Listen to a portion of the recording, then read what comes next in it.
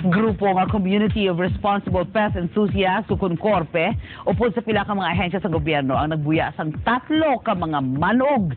Isa diri nagalaba sang 15 feet nga ilagin release sa kalasangan sa barangay Kabatangan, syudad sa Talisay. Duha tanan ka mga magkal kag isa ka rat snake ang ginhilway sa pagpanguras ng katapos ang korpe kag opisyales sa Department of Environment and Natural Resources Office. Mga barangay officials kag katapos ang bantay bukid ang syudad ng Talisay City sa North Negros Natural Park nga nasakpan ng sitio Kapwestuhan, Barangay Kabatangan.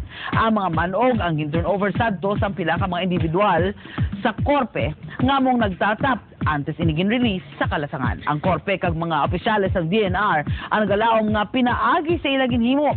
Mapangapinan man ang mga kasapatan kag malikawan ang pagbaligya sa kasubong nga mga sapat gikan sa kalasangan.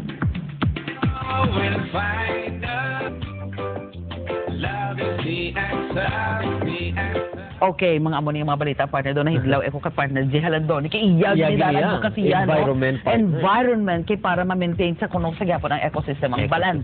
Although partner magsiling kita nga manog do ka kululbaan no sino hindi mga kulbaan sa mga manog pero they're still part of our ecosystem partner kag may ala sila sang role para mapanatili ang balance sa aton nga kalasangan partner.